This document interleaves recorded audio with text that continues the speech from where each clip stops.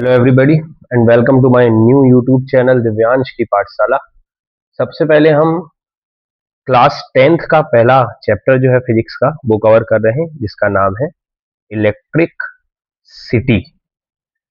Electricity basically ऐसा chapter है जिससे बहुत ज्यादा न्यूमेरिकल और कंफ्यूजिंग थिंग्स आती हैं। तो सबसे पहले बेसिक थिंग्स को क्लियर करेंगे जिससे आपकी कंफ्यूजन क्लियर हो। सबसे बेसिक टर्म है जो इलेक्ट्रिसिटी का, जो सबसे पहला है वो है चार्ज। समझते हैं कि चार्ज क्या होता है। ध्यान से देखिए कि चार्ज जो है वो एक प्रॉपर्टी है, एक खूबी है सब एटॉमिक पार्टिकल्स की।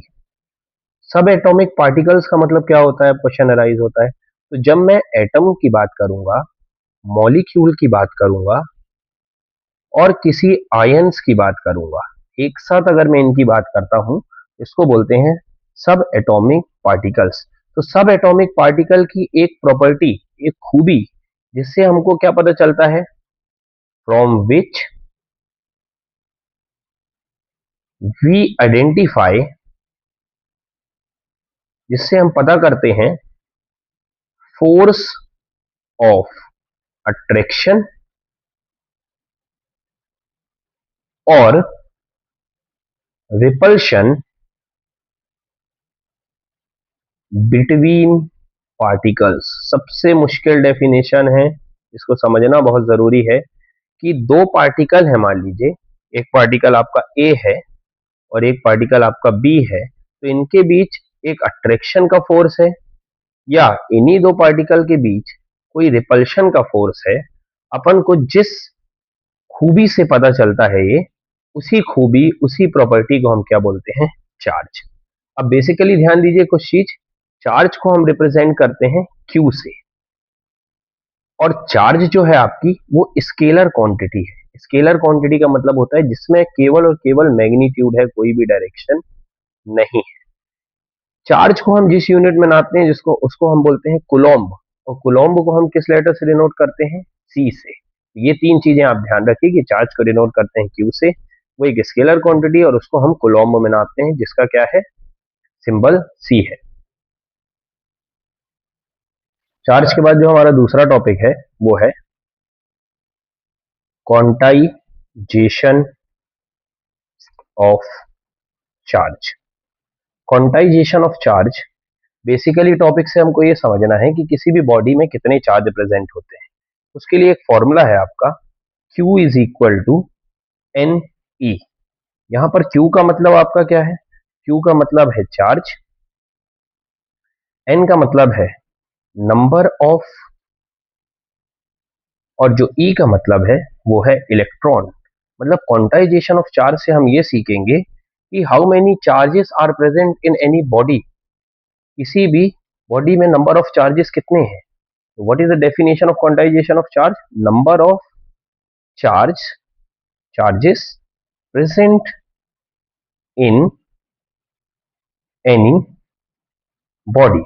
With the help of this formula हम समझ सकते हैं कि Q is equal to N E formula होता है। एक इलेक्ट्रॉन का चार्ज हमको पता है, एक इलेक्ट्रॉन में कितना चार्ज होता है, 1.6 into 10 to the power -19 coulomb. एक इलेक्ट्रॉन का चार्ज आपका ये है। किसी बॉडी में जितने भी चार्ज होंगे वो हम कैसे निकालेंगे कि उस बॉडी में कितने नंबर ऑफ इलेक्ट्रॉन प्रेजेंट है, और किसी बॉडी में कितने नंबर ऑफ इलेक्ट्रॉन प्रेजेंट होते हैं, उसी को हम उसका क्या बोल देते हैं, क्वांटाइजेशन ऑफ चार्ज। मतलब क्वांटाइजेशन ऑफ चार्ज से आपको क्या समझना है कि किसी भी बॉडी में जितने इलेक्ट्रॉन प्रेजेंट है उतने ही उसमें चार्ज प्रेजेंट है। That is called the quantization of charge. Quantization of charge के बाद जो हमारा अगला टॉपिक है वो बहुत ही इंपॉर्टेंट है, जो कि है करंट। करंट बोले या इलेक्ट्रिक करंट बोले, बात एक ही है। अभी हमने पढ़ा कि चार्जेस क्या होते हैं। अब जब आपके चार्ज जो होते हैं, चार्ज अगर समय के साथ साथ फ्लो होने लगे, मतलब किसी बॉडी में चार्ज समय के साथ साथ फ्लो होने लगे, उसी को हम उसका बोलते हैं करंट। मतलब किसी भी बॉडी में चार्ज कितने फ्लो हो रहे हैं with respect to time. What is the definition of current then, flow of charges in any body with respect to time it is called current. किसी भी बॉडी में कितने चार्ज फ्लो हो रहे हैं टाइम के साथ साथ, उसको हम उसके क्या बोल देते हैं, करंट बोल देते हैं। अब बहुत ही इंपॉर्टेंट चीज जो हमको याद रखनी है कि जो करंट है उसको हम आई से डिनोट करते हैं। जो हमारा करंट है वो भी हमारा स्केलर क्वांटिटी है, और जो हमारा करंट है जिसको हम नापते हैं उस यूनिट को बोलते हैं एम्पियर, और उसको हम किससे डिनोट करते हैं, ए से डिनोट करते हैं। तो बेसिकली जो फॉर्मूला है आपका करंट का वो है I is equal to Q upon T.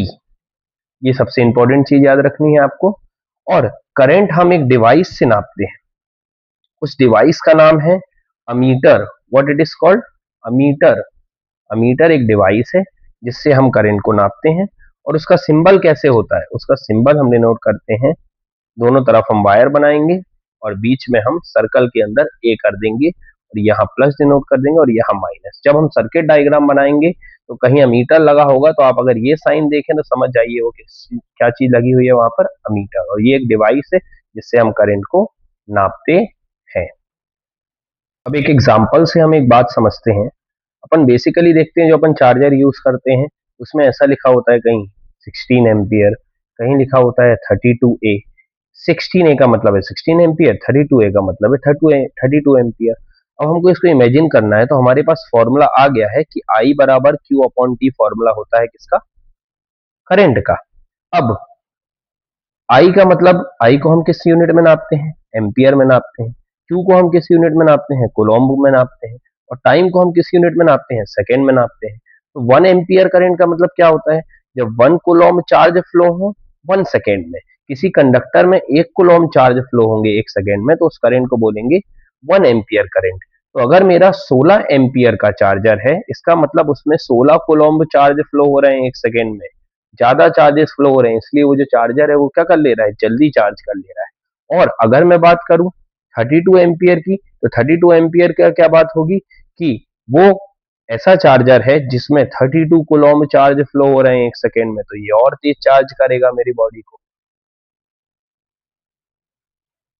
अच्छा, अभी बहुत सी चीजें इमेजिन हो गई होगी कि 16 एम्पियर का मतलब क्या होता है, 32 एम्पियर का मतलब क्या होता है, लेकिन बार बार एक चीज इमेजिन नहीं हो रही होगी कि 1 कूलम्ब का मतलब क्या होता है। भाई कैसे इमेजिन करें, 1 लीटर इमेजिन हो जाता है, 1 मीटर इमेजिन हो जाता है, लेकिन 1 कूलम्ब कैसे इमेजिन करें। तो अभी आपको एक बात याद रखनी है जो मैं नोट डाल के लिख रहा हूँ, कि 1 कूलम्ब का मतलब होता है कि 6.25 into 10 to the power 18 electron. इतने इलेक्ट्रॉन होते हैं, जब इतने इलेक्ट्रॉन फ्लो होते हैं किसी भी कंडक्टर में तो उसको 1 कूलम्ब बोलते हैं। मतलब बहुत सारे इलेक्ट्रॉन है, इतने इलेक्ट्रॉन जब फ्लो होते हैं तो उसको अपन 1 कूलम्ब बोलते हैं। इसके बाद जो अपनी हेडिंग है वो है पोटेंशियल। अब ये वर्ड आपने सुना होगा, पोटेंशियल। अब ये होता क्या है, इलेक्ट्रिक पोटेंशियल मैं बोलूं या पोटेंशियल बोलूं, ध्यान से समझिएगा इसकी डेफिनेशन क्या है। मैं एक डायग्राम से इसको समझाता हूँ। मैंने एक बनाया है इन्फिनिटी, मतलब बहुत दूर, और मैं एक पॉइंट ले रहा हूँ जिसका नाम है पी।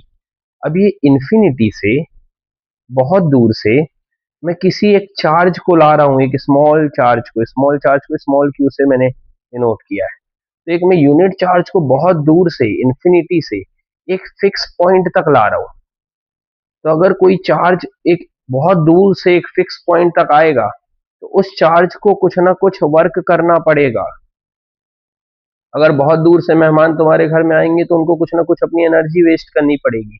ऐसे ही चार्ज अगर बहुत दूर से एक फिक्स पॉइंट तक आएगा तो उसको कुछ ना कुछ काम करना पड़ेगा, और जो वो काम करेगा उसी काम को हम क्या बोलते हैं, पोटेंशियल बोलते हैं। ये बात समझ में आई। इसी से रिलेटेड एक टॉपिक और है जो ज्यादा इंपॉर्टेंट है पोटेंशियल से, वो है पोटेंशियल डिफरेंस। अब पोटेंशियल डिफरेंस क्या होता है समझिएगा, डेफिनेशन में थोड़ा सा ही फर्क है। अभी मेरा मेहमान बहुत दूर से एक फिक्स पॉइंट तक आ रहा था, अब लेकिन मेरा मेहमान मान लो मेरे स्कूल से मेरे घर तक आ रहा है। मेरा स्कूल ए पॉइंट है, मेरा घर बी पॉइंट है, तो वहां से वो मेहमान जो क्यू है वो आ रहा है, तो भी उसको कुछ ना कुछ वर्क डन करना पड़ेगा।